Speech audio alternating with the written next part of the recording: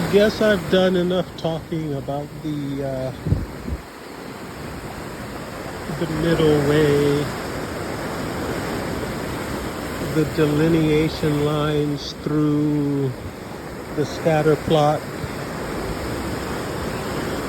So I can't really escape it, so I'm going to have to keep bringing it up, but no longer trying to make that the focus. I tried to show in a wide enough variety of applications how the middle way works. Music theory, out here on the beach with the physics of the masses in motion, the human body balancing out.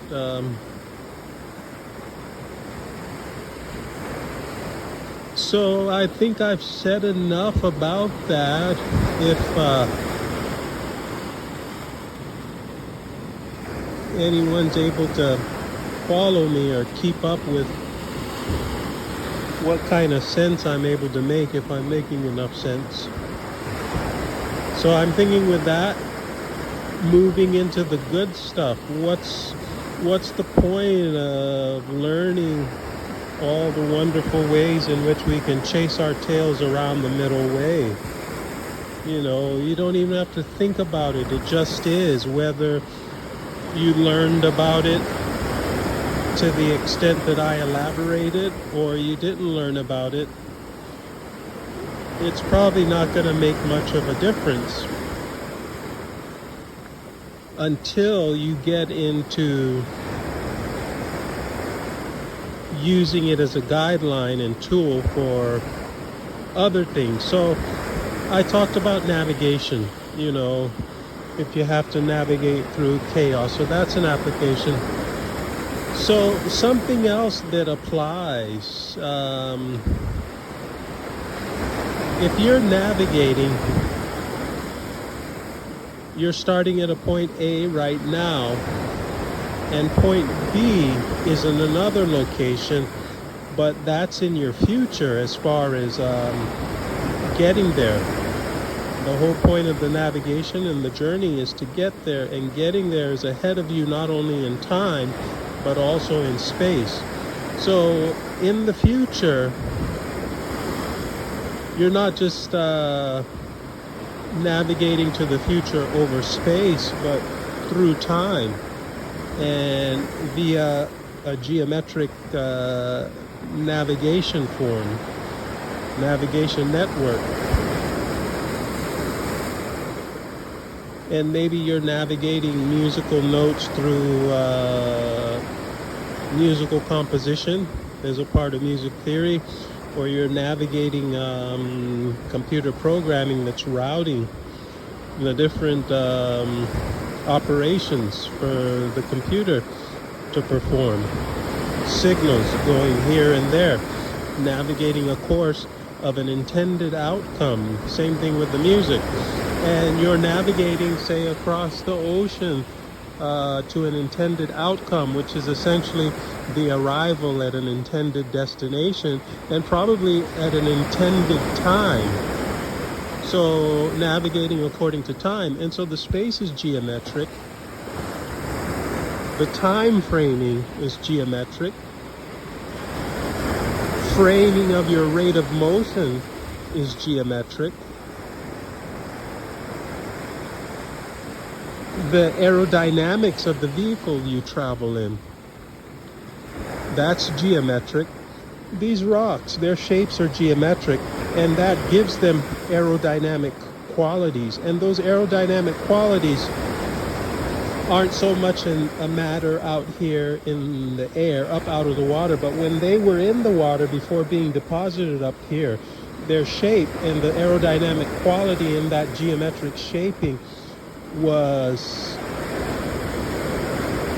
relevant in the water's ability to move them up on shore. So the way the water was moving made it geometrically interface better with certain geometric configurations of rocks, certain shapes of rocks, with the right aerodynamic shaping to fit the water movement in a way that allowed the water to get that push force onto the rock to get it moving. There's a lot of rocks down there that aren't moving. And not just because they're big and heavy. Some of them are just as big as the rocks that you see up here, and they stay down there.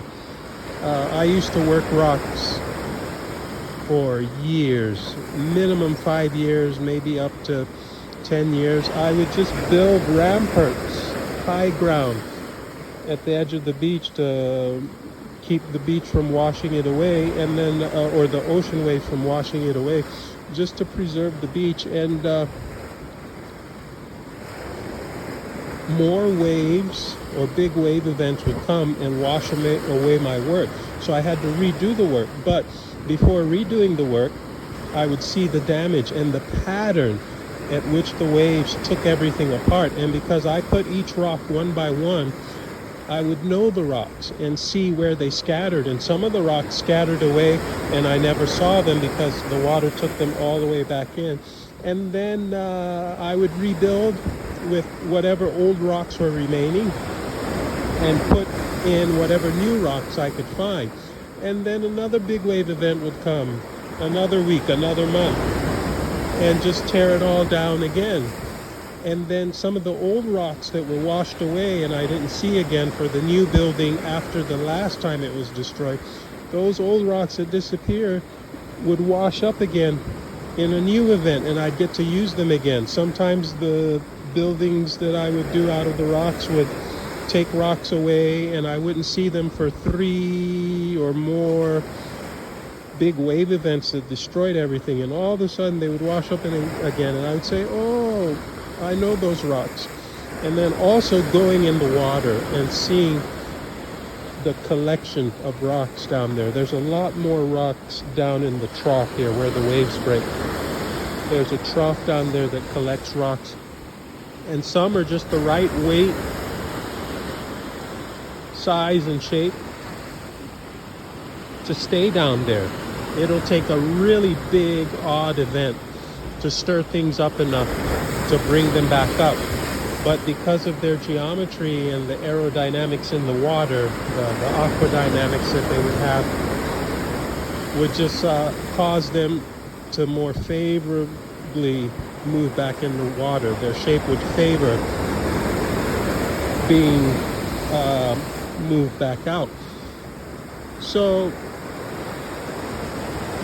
if you come here enough watching the coming and going of rocks, you'll see certain shapes and certain rocks coming back again and again, and certain other kinds of rocks that don't come. There's a sorting process, and it's sorted according to the aerodynamics. So the aerodynamics is a geometric function of the body that's traveling, and that has an impact on its journey, whether it goes farther in better time, goes farther in less time, or doesn't go very far and doesn't spend much time going at all, or whether it stays put. And then also the water's movement, the geometry of the movement in the water changes depending on the system. And when that changes, the types of rocks that come up will change. And that's their travel. And so these rocks are traveling a journey up, and you'll see the path that they take. You'll see the selection of the type of rocks that take the journey. It's almost like a well-planned thing when you begin to decipher the pattern. So it looks like chaos, but over the years, watching on a daily basis, you get to see piece by piece how things move, and there is a method in the chaos. What's the old saying? Method to the madness. One simplicity at a time is how you decipher it. And it takes a lot of time. But when you're in that middle way mind frame, you're there, you're nowhere, and you're everywhere because it's just all encompassing. The compass itself dials around the center. So, within the space of yourself, finding your center, even that's a navigation feat through all the stuff we have flowing through our mind and emotions, maybe work stuff, if you're in school stuff, maybe family life with the home, the children, your relationships. Not everything is, easy flowing water. Sometimes, it picks up and stormy and gets arranged in a way that we're not comfortable with, and so we have to work things out. So that's a navigation feat in itself, and there's geometric navigation, geometric forming to it, timing, this geometric, all of that. So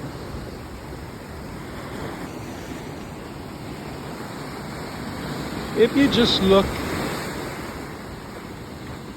at it like a collage, you would see a collection of rocks, a line right there, where you have a significant deposit of rocks. You'll notice that this segment of rocks right there stands out, is more prominent, more voluminous, more packed with mass than on the other side, lower down, and also more so than on this side of it. So this line, that's a line, a scatter plot of a line, and it's rather neat. And then on the other side of it, you see a change in the size and shape of rocks. These type of rocks of this smaller size are more common here. That's a pattern. This mixed shape of rocks, which has a mix of shapes, but they're distinctly, mostly not the shape that you see in here. And then now you see another line here, which is a mix of this stuff and that stuff, but no rocks as big as what you see here. The biggest rocks are here. So the biggest rocks, more size, more volume, more weight. And to move that stuff around takes more energy. Here, the smaller rocks, to move that stuff around takes less energy. Here, a mix between more energy and less energy. So this becomes a hybrid of this level of energy, low energy, and this higher energy, looking at the mass and what it takes to move it there. And then right on this side, you see a change. And so this is a waveform pattern. So this segment, this segment, this segment, this segment, and then this segment. This one is lower down, this is higher up. This is lower down, this is higher up. Just like an undulating wave. And the qualities within each segment of the rolling wave is different. So this is a more complex waveform. And it can be hard to see when you're looking at it. I know those colorblind tests, it's like a collage, and hidden in the collage is a number. And I never see them when it's pertaining to the red-green color blindness, because that's the spectrum I have color blindness is. And so it's possible to, miss on what's going on. But it shouldn't be too hard to see the most prominent one. And you have this bowl here. This bowl of a bay here. This is the basin, the bay, that captures the incoming forces of the big waves. And when the big waves come in, let's see one coming in now. It comes in full front, the whole span of the front. And as it comes in, especially the bigger ones, which we don't have the benefit of seeing in action today, but they come in the same way, just on a larger scale, and come in farther because they're bigger and more force. And as they come in wide, and they narrow and narrow and narrow and narrow. And so all that force remains and gets compressed and compressed and compressed. And also when they come in, they're carrying rocks, they're carrying sand. The bigger they are, the more rocks they carry, the bigger rocks they carry. So this line of big rocks is set up by the biggest wave input to the area.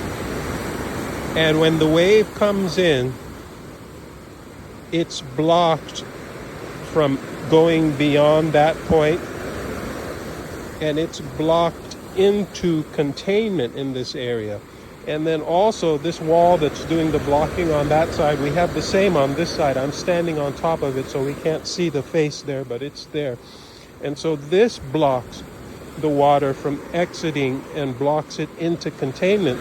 And so it squeezes and compresses. And so the forces from that side are deflected this way, and the forces from this side are deflected that way. So the geometry of this area takes the incoming wave and shapes it and its forces, and deflects the push coming this way, deflects it that way as it gets compressed, and on that side deflects it this way. And so the forces of the water carrying all those rocks in the deflection coming this way has just the right amount force in the deflection movement to shift these rocks here, and this side carries just enough force to move the rocks that way.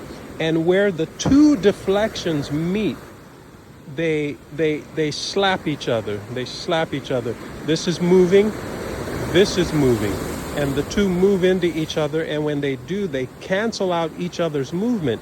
And in that movement are the forces that are carrying the rocks.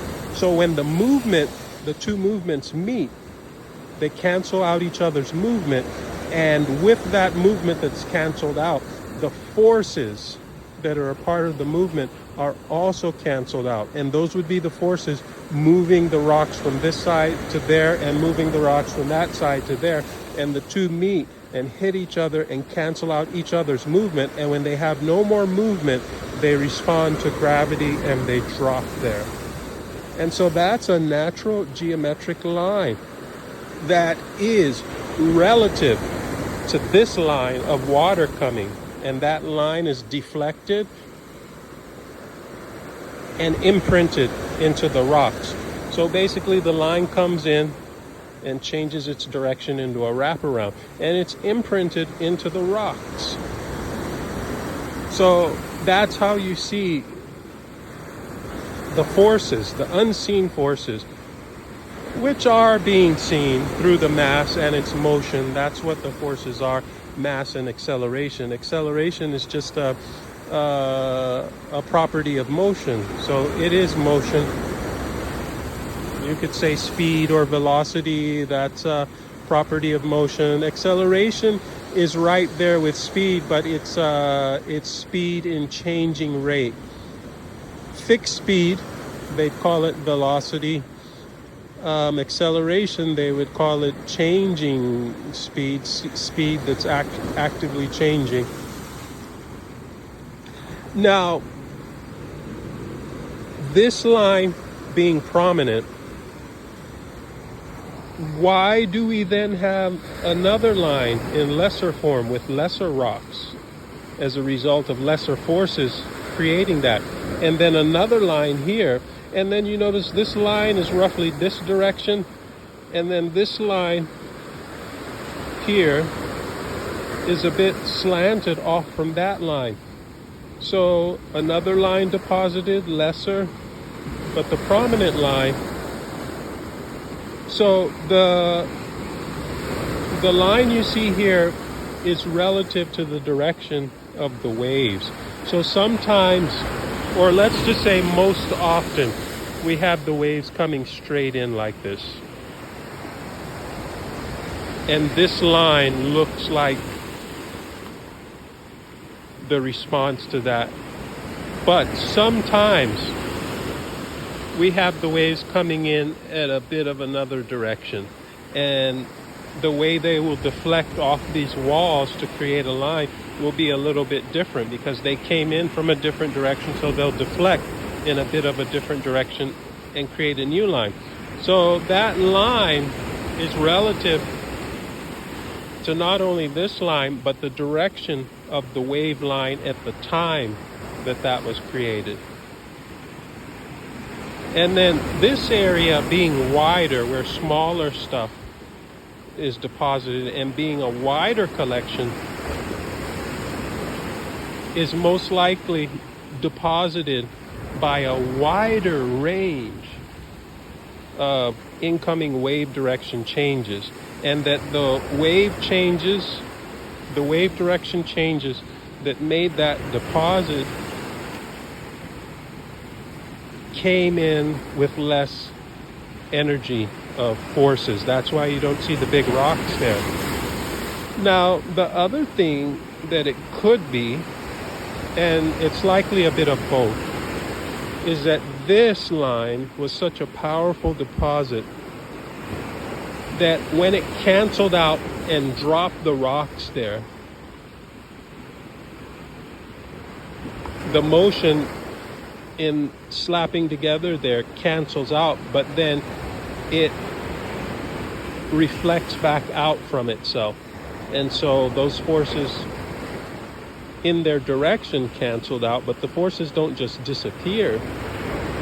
So it backwashes, and powerful enough to put rocks here, and in its backwashing, powerful enough to excavate any rocks on the way out, and likely pushing the remnants to here.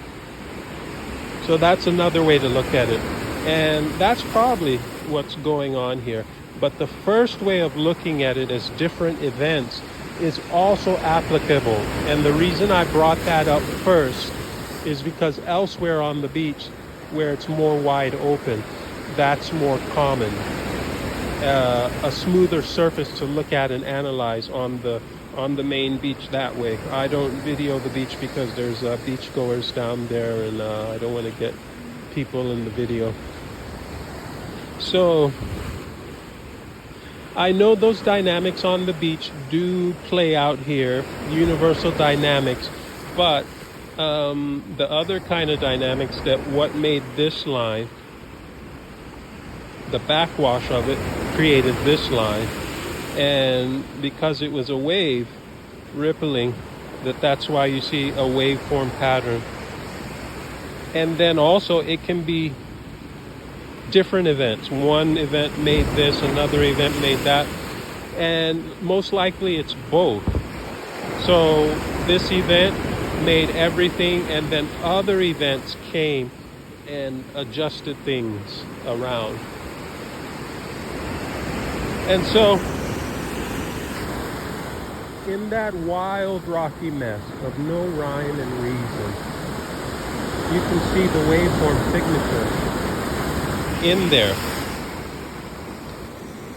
We just navigated it. We navigated the course of its past, arriving here to the present. And in mirror image reflection, so we have the image of the present to the past. The opposite, or the reflection of that, or the reciprocal of that, would be the present and the image into the future. So the constant is the presence of mass and its motion. It was doing it in the past, it's doing it here in the present, and it'll be doing it in the future. Now, you can bring the argument, the ocean could just evaporate and none of this will go on anymore. But, here's a big wave. Maybe we'll get to see something interesting. Yeah, quite a few of them.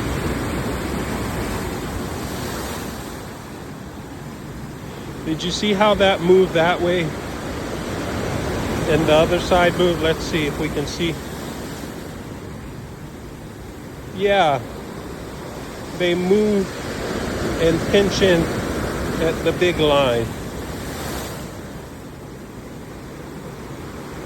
So they'd have to be waves a lot bigger than these to have made that deposit. But it'll splash against this rock and move that way, and that stuff will splash against that rock and move that way. So the forces are broken up by that jagged stuff there, which is why this line is closer to that side. There's not enough force on that side to push the rocks more this way. The forces coming in on this side are more free flowing to come in, and so they don't get as broken up, which means there's a lot more force remaining once it gets in there to push the rocks that way. So the middle way balance between the two sides, the push against each other, this side wins because it maintains most of its forces as it travels up, whereas on that side, all that stuff is big enough in mass to break up the water and its forces and redistribute them so that there's not enough left on that side to push the rocks. So the deposit is able to move more that way than this way. So that's the functional middle of the system, even though the geometric middle, the line of symmetry middle, is not the case. But when you're looking at the distribution of forces, the geometry of the distribution of forces, that would be the middle way, even though you're looking at the face of the geometric surface of the bay and it's not precisely the middle. So it's a multifaceted thing. The motion itself has its own geometric facetry. Gravity will bring its own geometric facetry to it. So it's not just about the geometry of the space. The geometry of the middle way applies to things that you can't see, weigh, or measure in the more common or well-known ways. And most things that aren't as tangible are usually measured relative to something tangible that interacts with them or interfaces with them. Like we can't see the air, and if you couldn't feel the air because you were inside, maybe you could look at the wave action, see if the water's choppy to know if there's wind acting on it. Every little thing that's acting, whether you can see it or not, it leaves a sign somewhere. It leaves an impression. And those are like little highway markers that navigate the course. Increment by increment, measure by measure. If it's distance, maybe mile by mile, kilometer by kilometer over your journey, or nautical mile by nautical mile across the seas, or through the course of the complexity of physics, mathematically navigating. So the reflection between past and present, past and future, with the present being the middle way. The present is the middle way, and you have the past reflecting all the way through the future. So if we can look at the past and how it built this, the dynamics and the operations and all of that, and we know that they're constantly going on, and patterns of changes have some regularity to them, you know, different times of the year, different angles of waves coming in from, you know, different angle of direction. It can be a seasonal thing, pattern according to when season changes, and so wind direction can change. We can say that in the future, things like that will happen. And that's the basis of predictability. And the simplest way to look at it is, okay, I'm going to take a journey. And that means going somewhere from point A to point B. And then that means navigation. And point A is the starting point, which is right now, here in the present. Point B is the future. and you understand dynamics for getting you there across the space, the land, and through time. You can even say, I want to get there by this time, by that time. All kinds of things can happen to make it hard to get there in time. But for the most part, we keep factoring time into the journey because the principle works. And even if it doesn't get you there exactly on time, working out the time factoring gets you there close enough to being on time. And very often it can get you there on time. All kinds of little things happen. And sometimes you get lucky and you get all those little things to work out in your favor and you get there on time. But either way, you can navigate according to timing and get there on time. And out here, it really makes a difference. Maybe you want to go from here to there in a particular time because a big wave is coming and you don't want to be in its way when it lands because that's life or death. And so finding the accuracy and precision for getting there or out of there in time and covering the right distance, you see, from there where the water broke to there.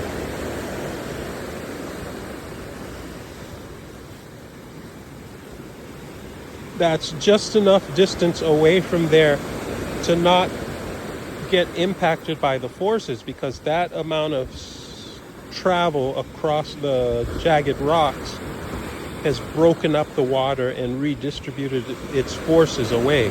So by the time you're here, the water has been broken up along with the forces in it. And sometimes you don't even need to go that far. Just a little bit here where the forces have been so broken up, they're pushing every which way, but without any singular position having enough force as it would if you were right there where it was coming down. And I found you can be right under it where it's dropping down on you. And that's okay in some instances, but not here with the rocks, where when it drops down on you, then it can push you into the rocks after it's knocked you off your feet.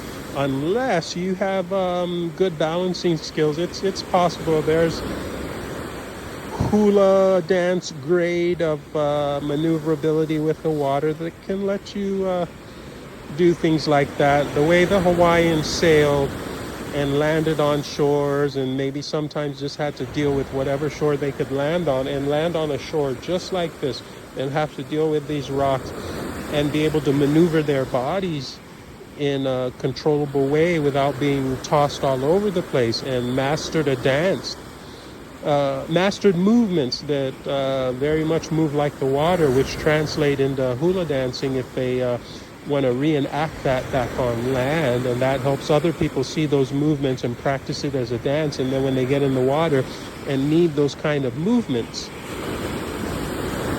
where life and death is the matter, no longer fun and games for just the merry monarch's amusement. No, it's life and death. And bless the king for making that the people's pastime and holding it as a very important thing. Who argues with life and death scenarios not being an important thing? Who argues against that? Or who argues for that? Anyway, the point being that the value in having the skills for survival, should you be in the circumstances of living in a place where you need those kind of skills. Anyway,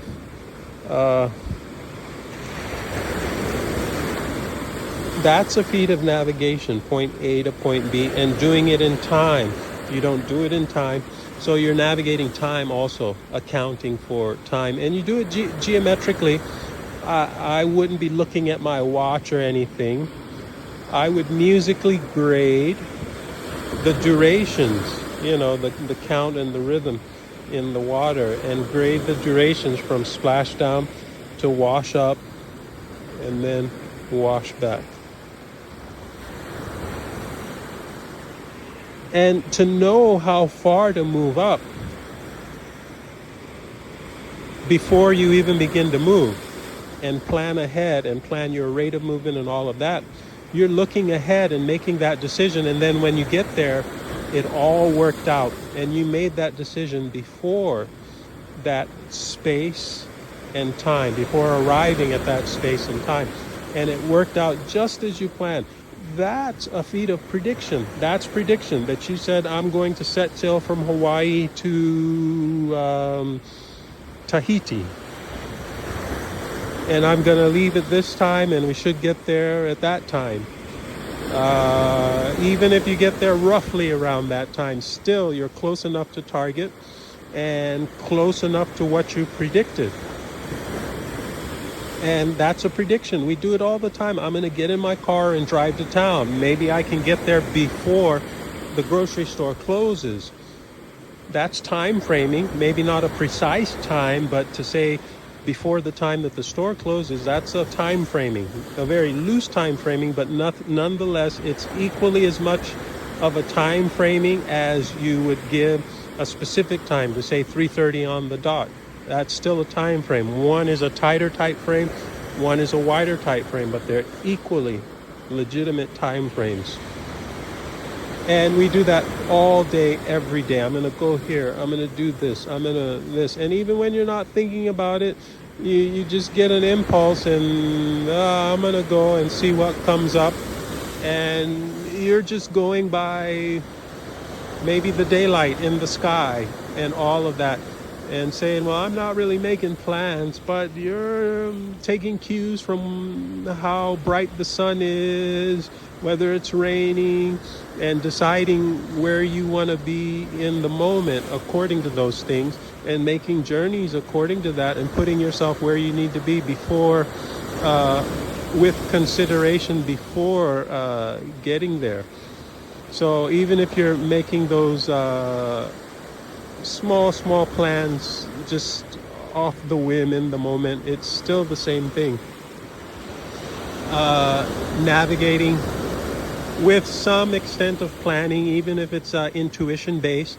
And the way that intuition works and seems to work out and get the job done is because underlying that is subconscious logic, where there's geometry and timing and all of that.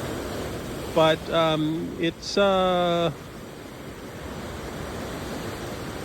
deeper, more complex, alternate processing of logic. It can seem magical when you're only used to, straightforward logic like this. So to understand what prediction really is, the simplistic root of what it is what I just covered. We're doing it all the time. And then we talk about, whoa, no, you can't predict that. Or you see someone predict something like, whoa, how did that happen?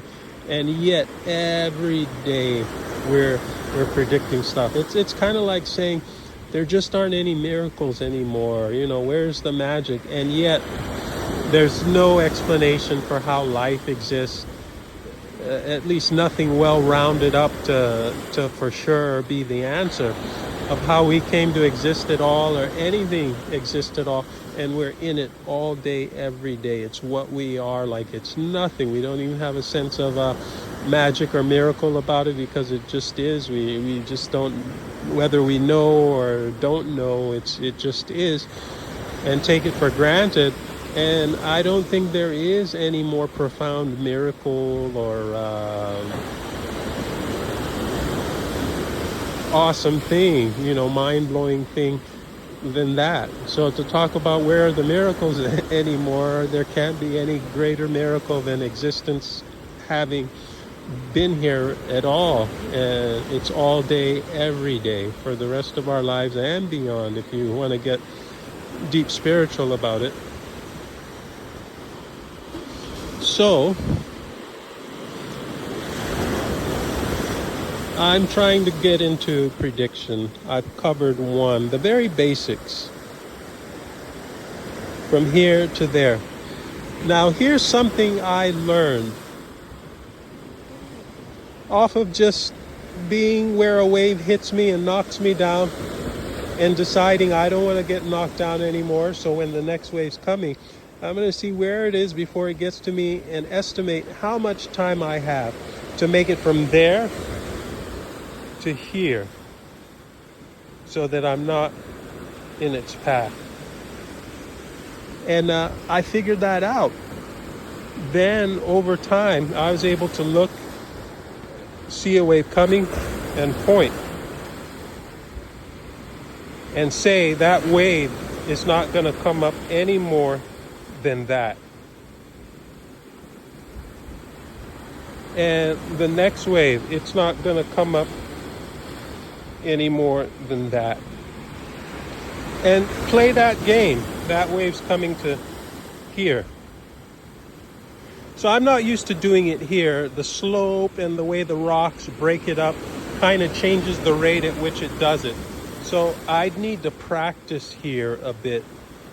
Just watch it for a while and get used to the rate of motion and the rate of degradation to the flow forces by the rocks. I practiced that on the flat, open beach and got that ingrained to where now I can see that wave and just point before it gets there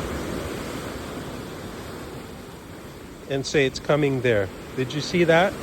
So I'm not used to doing it here, and still it applies. That's prediction. So usually what I do is I actually walk up and down the beach. I'll stand. Where's the wave gonna peak at its upflow before it stops and flows back? And I'll run to where I estimate the upflow to be. The other thing is I'll twirl a baton and I'll toss the baton on the ground to where I think the water line is gonna come. And it takes me a while, maybe a minute or two, maybe 5 minutes to warm up and get the feel of it in my system and just start doing it. And my accuracy will be up there around 85% predicting the wash up. And there is a method for estimating that that's being used by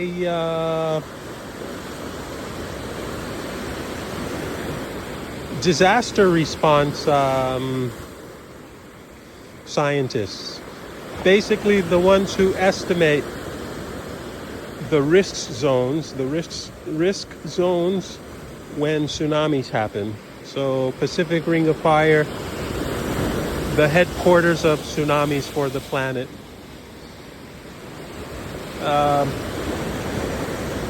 So they go around and assess how far a tsunami wave of a certain magnitude or strength would wash up, and they come in so large that they can wash up or splash up to the road. And there's ways that they have for calculating good estimates for that. And then the police and fire department would use that in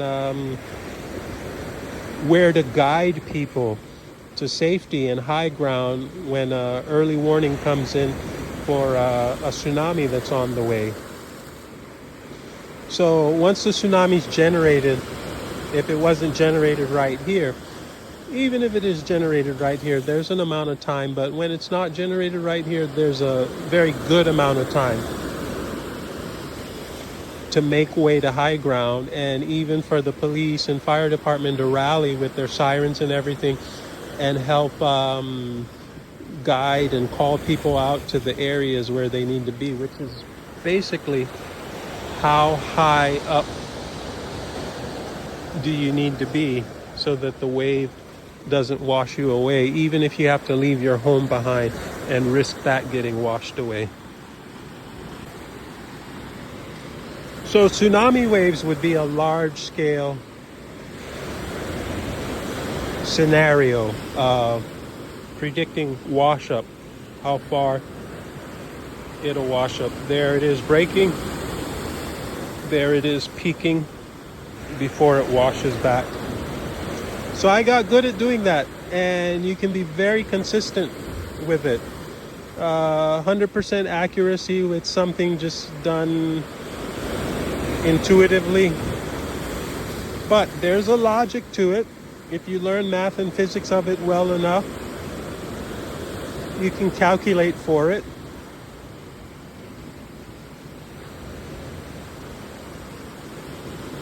So it progressed from there.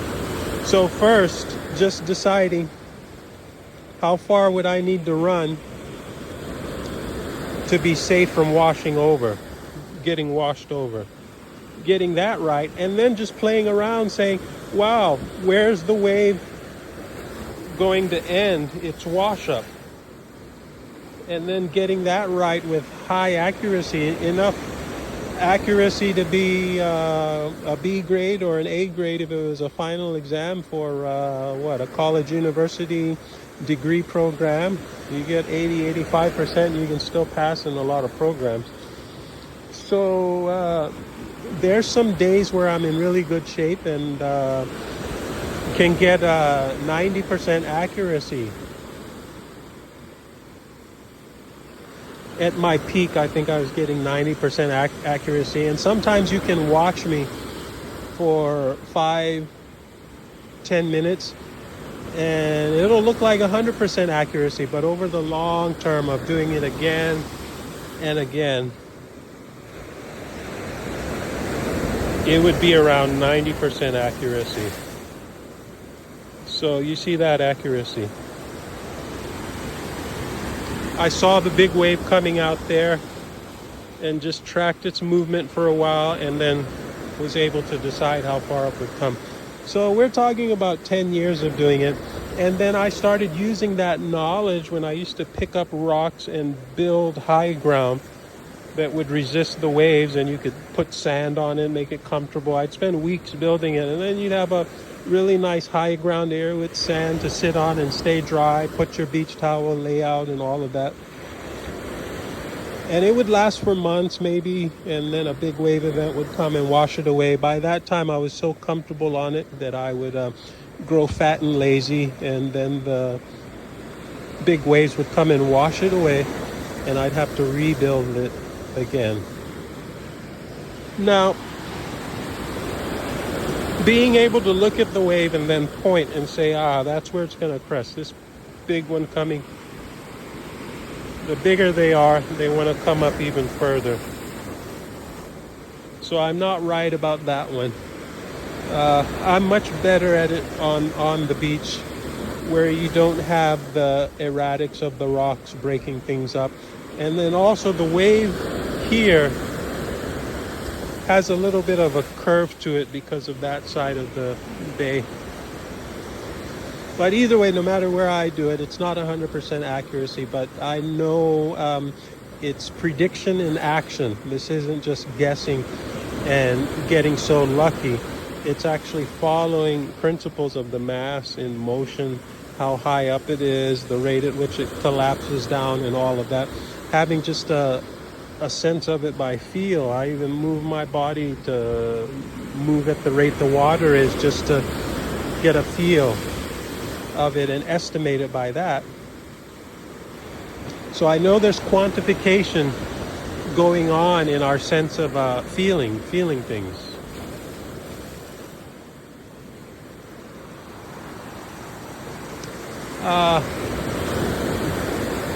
It progressed even further than that, where I could turn my back on the waves and just listen, and then draw the line with my back turned and watch the water just come up under my feet from behind me. And then doing it that way in the blind, I started to notice that all of a sudden, out of nowhere, I'd suddenly get a feeling. I'm done with this. I'm going to throw my mark way up there and then just leave it. And then progressive waves would come. And then suddenly 5-6 minutes later, a huge peak wave of the day would come. And it would peak, the wash up would reach its peak, apogee, whatever they call it. I have to look up what asymptotes are. When you're drawing graphs, you'll have horizontal asymptotes. I'll have to look that up again. That was a long time ago. I used to play around with those graphing curves. Anyway, quadratic equations, that kind of stuff. Differential equations. So I don't like the equations, the dynamics behind them in real world. I like to experience them and understand them in the three-dimensional operation. So when I notice that odd, that one is still spooky to me, meaning I don't have a logical sense about it like I do the smaller time scale predictions. The one where I just throw it way up by feel. And once I realized that was showing accuracy more often than not, I decided to play around with that and not go looking for the feeling, but when the feeling comes, say, uh-oh, I should go with this, and go with it. And I knew there was some kind of clocking in me that had latched on to a long cycle pattern of the waves. If not a timing clock, maybe some other subtle cue. But the truth is, timing can be clocked by all kinds of cues. And if all the cues are fit into the master scheme of mass in motion, then it could be just about anything, really. I just don't know what it is. Happening very, very spooky into me. It's like magic even to me that it happens that way. But because I understand it on the smaller scale, I know there's a logic to it, and it's most likely a long cycle scale that's a bit too long for my surface sense of logic that I'm using to explain everything right now. So I'm having the prediction accuracy even on the long cycle wave pattern. How long that is, I don't know. I still do it by feel. And I'm so bewildered or dumbfounded by how that's happening that I don't have the wits about me to think about grabbing a clock and waiting for it. And once I start thinking about it and trying to capture it, I probably lose my sense of tracking of the feeling that I'm responding to when I make the decision to make the mark higher up. So definitely intuitive. So the deeper and more potent logic operations in me are not in the same conscious awareness that I'm using to say, hey, those are two big waves, they're crashing now, and very, very logical. No, I still believe it's logic, but it's a different logic scape, a different something. It's definitely something. What it is, I don't know. It wouldn't be intuition. I couldn't call it intuition if I did know.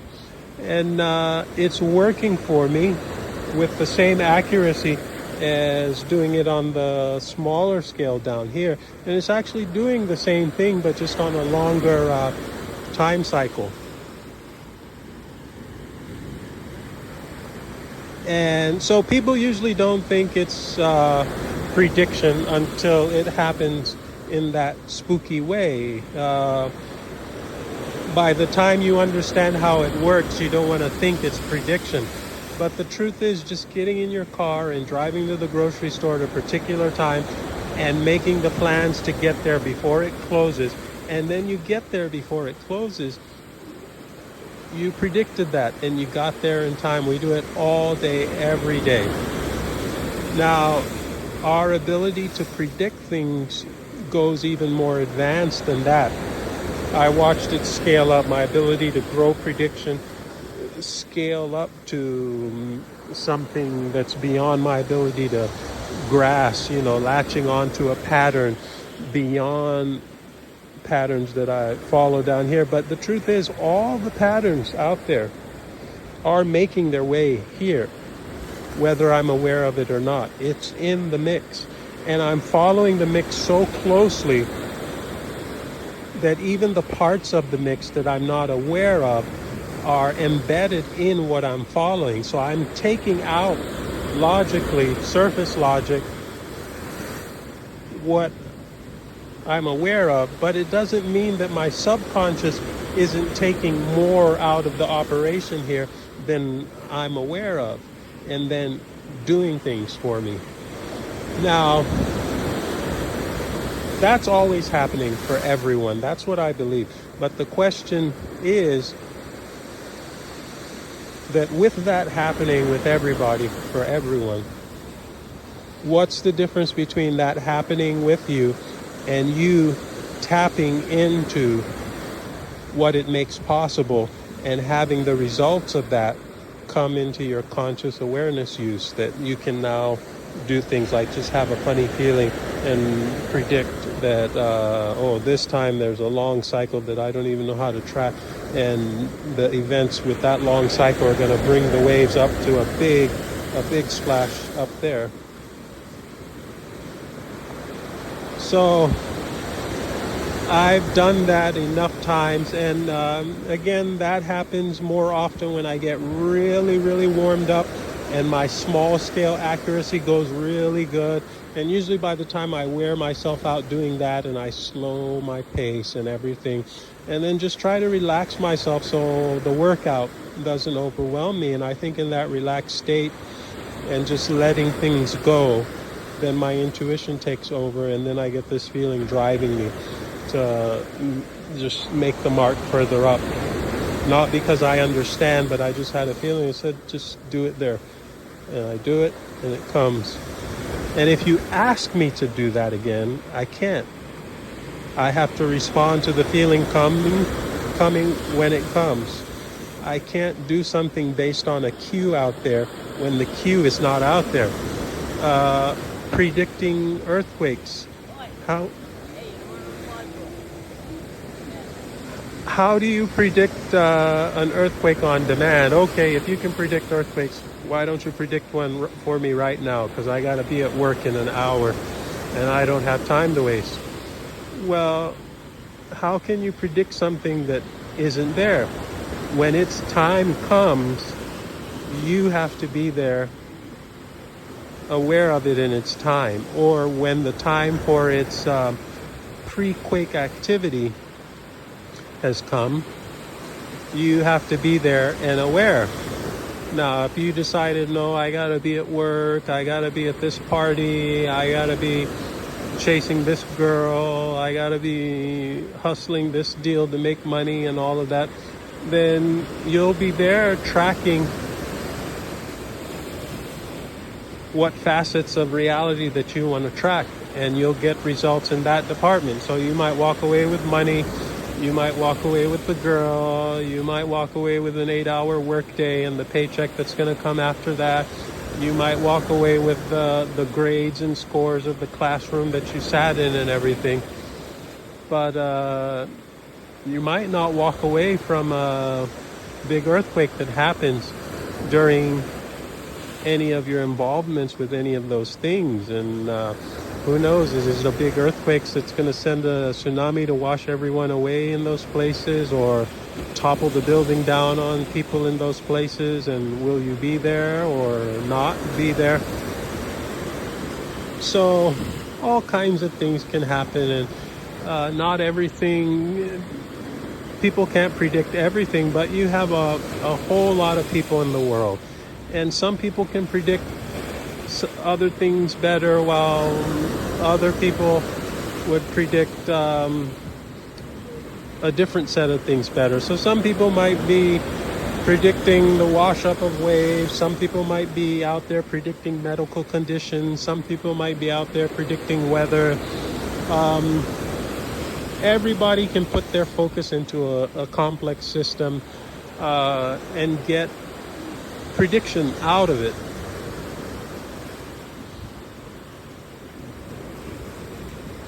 So I'm thinking I might do a second video to go further into predictions, because I've talked about just the waves here coming back and forth, and I think I'm at an hour now. I don't like the videos to go too much more than an hour, maybe an hour 25 minutes at most. It started for me here at the water, the waves coming, and then when I started to be plagued with a whole lot of ground motion at home, ground motion that were earthquakes and volcanic ground deformation, meaning the volcano swelling up with magma and deforming the ground to where you could feel the ground moving like the chest of a giant breathing, like you're sleeping on the chest of a giant breathing. And sometimes it's doing more inhaling, and other times it's doing more exhaling. And way down on the Kalapana shore, there used to be a big steam plume that came out at where the land met the water, and the steam plume was caused by underground lava flowing into the ocean through a lava tube. So the volcano's always active, there's always lava in it, and there was a 24 to 30 year period where it was full of lava, and there was an underground channel constantly draining lava into the ocean and causing a big steam plume. And you had postcards of Hawaii, this island here, postcards of the famous steam plume. For decades, people could come and take boat tours. You see those? Well, there were bigger boats than that, and you could take small boat, big boat tours to go see the steam plume where the lava entered the ocean. And I noticed the pattern that on nights at home where I felt the chest of the giant rising, or the ground feeling like it was inhaling, and did very little exhalation, so the dominant movement was inhalation, I would drive down to the coast in the morning to spend some time at the beach, and I would see the steam plume, very big, very active, very energized. And then on nights when the ground movement seemed like the giant's chest was exhaling, and doing very little inhaling, if any at all, then I'd come down in the morning and I'd see the steam plume fizzle to almost nothing, and sometimes nothing at all. And that pattern was consistent again and again and again, that when the ground was inflating, filling up with lava or breathing in lava from deep down source, there would be plenty of magma to feed the lava tube that was sending lava to the ocean to make the steam plume. And then on nights where the deflation, magma on the inside of the volcano going back down, there wouldn't be enough magma coming to the surface to feed the lava tube and send lava into the ocean to make a steam plume, so you wouldn't see a steam plume. And not by tracking the lava tube or doing any extensive science to follow, trail by trail, everything happening, no measurements of heat going on or all of that, just following patterns of geometry in the land, and then the geometry of the steam plume, the size, the shape and size of it. Was it big? Was it small? Was it wide? And seeing corresponding geometry in the steam plume following the geometry of the land deformation up there, inflating, deflating. Now, there are long cycle inflations and deflations up there also, meaning that the inflation is so slow over days and hours to days, maybe even weeks, and net gain of deflation can carry on for years even. Just a little bit of slow inflation, and those you don't notice. You don't notice until maybe it reaches a critical point of inflation where it stresses the land and causes a little bit of a shudder or even a little bit of an earthquake. And you'll register the earthquakes, but you may not understand that the earthquake was a product of an ongoing motion connected to the system of moving inflation and deflation, which is basically deformation of the land, all of those things connected. I follow all of those things, but not in a sense of their, a proper sense of their interconnectivity. I'm aware that they're all connected and related to each other, but my mind being able to take in all the complexity of it and calculate through it isn't quite there, you know. So years of tracking ground motion started with that, and then went around the world, escaping the island because the volcano smoke got too bad. Different countries, and I experienced earthquakes in Philippines. I experienced earthquakes in South America, and started noticing that my experience with so many earthquakes in Hawaii was translating into being able to understand earthquakes in other countries, South America, Asia. I recognize them as familiar events. They're just like other places, maybe slight differences, but they have durations. The movements will come in over a direction. I'd be in a building and I'd hear or feel the first movement on one side of the building, and then the other side of the building would make a noise or move. And so then I'd know the first side of the building that responded was the direction from which it came, and the second side of the building that responded would be the direction to which it's flowing out to.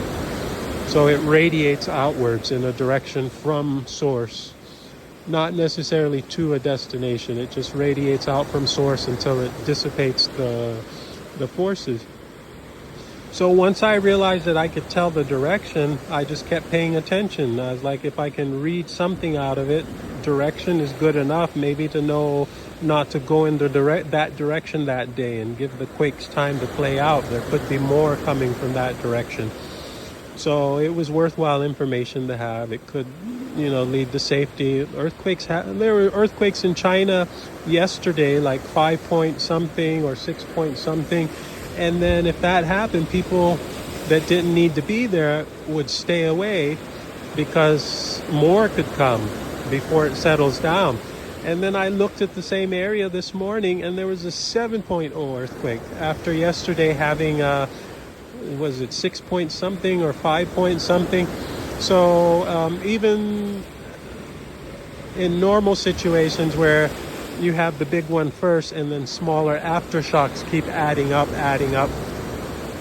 So knowing the direction from which an earthquake came was good information for me. I just stay away from that direction for a couple of days until things... So I would pay attention to the movements to at least read for direction of source.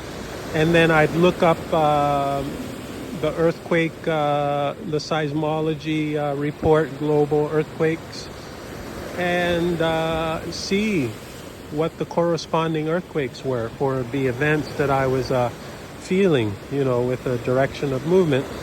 And then I started to see the magnitudes, and I noticed the pattern of how long the earthquakes lasted, a duration of an earthquake.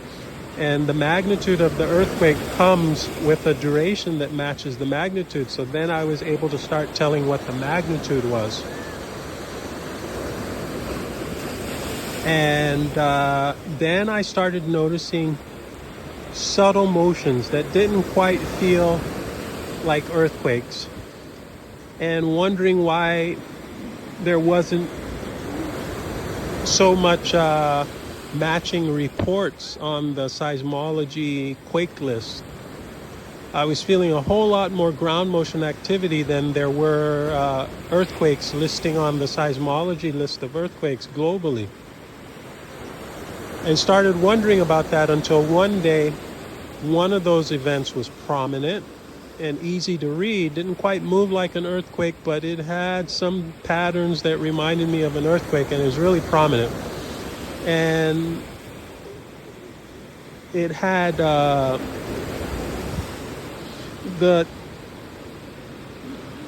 the sequence of movements were like an earthquake, but the feel of the movement wasn't like an earthquake. So that it would move this way and then that way and then shimmy and then rock back and forth. It did that, and it had a duration like an earthquake in that sequence of movements of changing direction. And the very next day, there was an actual earthquake. I knew that was an earthquake because the building shook. The day before, those movements were so subtle, I had to stop moving, maybe even hold my breath for a second so my body would be still. And then I could feel it really easily, but not something where the building was moving or anything. It was like being on a boat and just barely feeling any of the very soft and easy movements on a calm day on a boat where the water's flat, barely feeling anything, and maybe even more subtle than that. And the very next day, the same sequence of motion, exact same sequence of motion, it swayed this way a bit, shimmied, wobbled this way, occurred, except this time in an earthquake with the same duration. And the day before, the subtle motions before the quake had the duration enough for a 4 something, 4.5. The next day, the earthquake had a duration that matched. And when the quake report came from the seismologist, it was rated somewhere around 4.5. Except this was a quake caused by volcanic eruption, or maybe the quake caused volcanic eruption, but it was a volcanic eruption quake, and the volcano started erupting with that quake. But the day before, maybe the night before, it had given early warning signs. I decided that what are the chances that they would match so exactly, except for the difference of one being pre-quake and not quite a quake, and the other being a quake and moving quite like a quake. So I decided to start using that comparison to analyze all those subtle motions I used to feel. And I started noticing that I was feeling some with extra long duration compared to 4.5 events, which are rather short. And I'm like, why am I feeling these long duration events and not feeling any long duration quakes here? So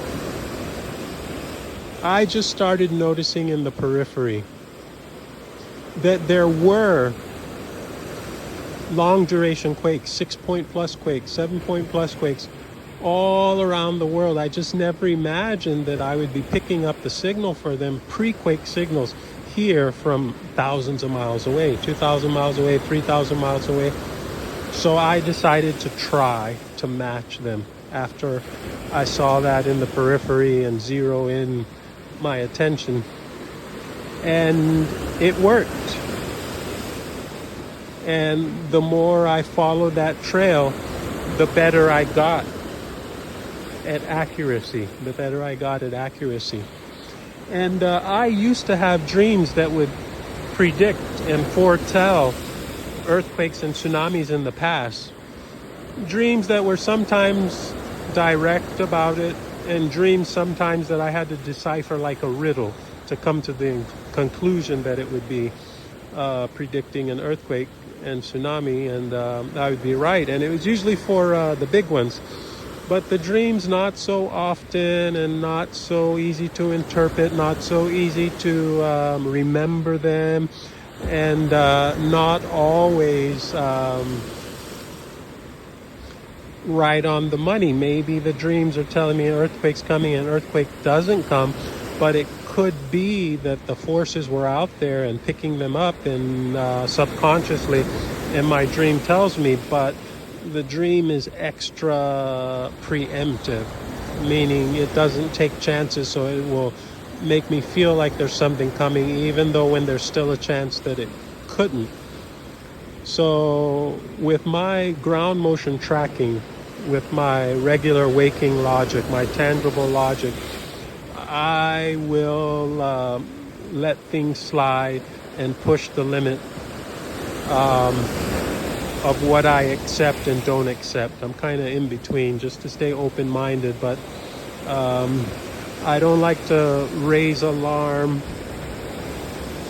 over too little, but at the same time, I don't like to wait for too much before raising alarm or being concerned enough. Well, anyway, over the years, gotten better at it. So that's a whole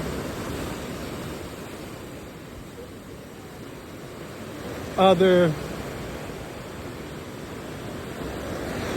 field of working predictions, but working them just like I did here. I got that extra special ability starting with the water. And the ground waves, the ground motion, they move in waves like the water. They can swell up and down like the water can. They can send lateral waves. They can send waves that move up and down predominantly, but still with a lateral flow in, carrying the up and down signature.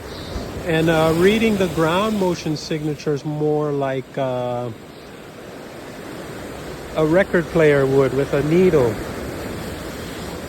jumping up and down over the grooves and the ups and downs in the grooves of the LP record, old-fashioned LP records. I'm old enough to remember those things.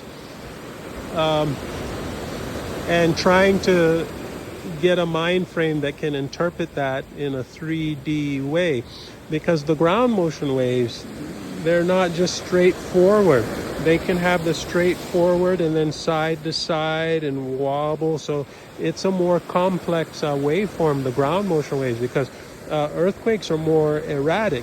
Now, you can get wild and rough seas that move with that kind of erratic pattern. But typically, these are the kind of days that we know, straightforward. And any erratics are in the undulations of the straightforward pattern, rather than the erratics being really prominent in a full three-dimensional range.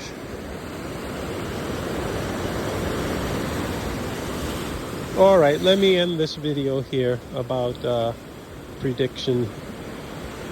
It's a very everyday thing. We do it all the time. It's just a matter of to what extent do you recognize it for what it is, and to what extent do you apply it, or to what extent do you tap into it from a deeper source where it applies to you.